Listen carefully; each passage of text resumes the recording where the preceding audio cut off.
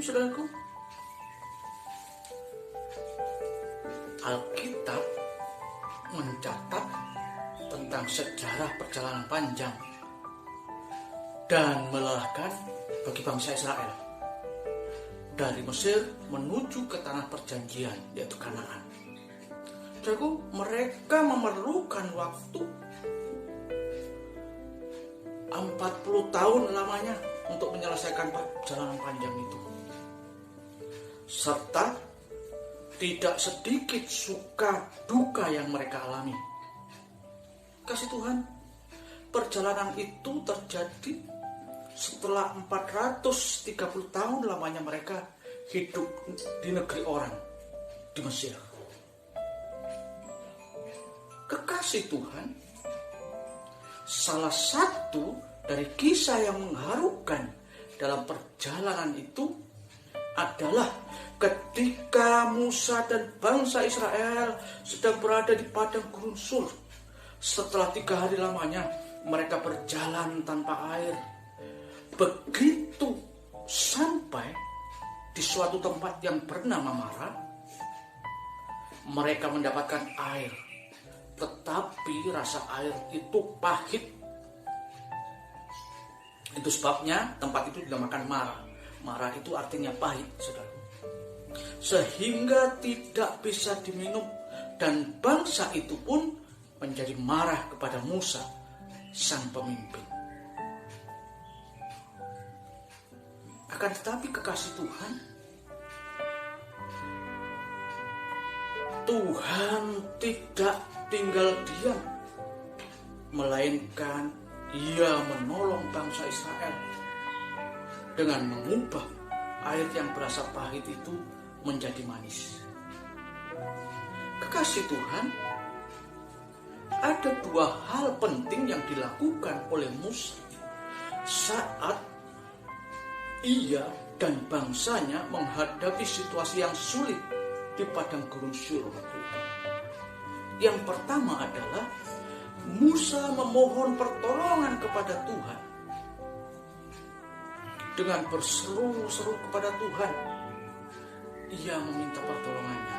Hal itu dicatat dalam kitab Keluaran pasal 15 ayat yang ke-25. Kemudian setelah berseru-seru kepada Tuhan, Tuhan menunjukkan sebatang kayu kepada Musa. Kemudian yang kedua dilakukan oleh Musa adalah Musa menaati apa yang dikatakan Tuhan agar melemparkan kayu itu ke dalam air yang berasa pahit itu. Kekasih Tuhan, mungkin berbeda kesulitan yang dialami Musa dan bangsa Israel waktu itu jika dibandingkan dengan tantangan dan kesulitan yang kita hadapi dalam perjalanan hidup kita sekarang, di mana saat-saat ini ketika pandemi COVID-19 melanda, ada banyak hal yang menjadi sulit. Sakit, penyakit di mana-mana, orang meninggal di mana-mana, pekerjaan sulit didapatkan. Bahkan yang sudah bekerja pun mereka dirumahkan, bahkan di PHK. Selaku kesulitan saat-saat ini bukan hanya mengenai tentang adanya sakit penyakit, tetapi juga perekonomian pun menjadi lesu. Selaku mungkin beda yang dialami oleh Musa dan bangsanya dengan yang kita hadapi saat ini. Namun demikian kekasih Tuhan, seperti halnya yang dilakukan Musa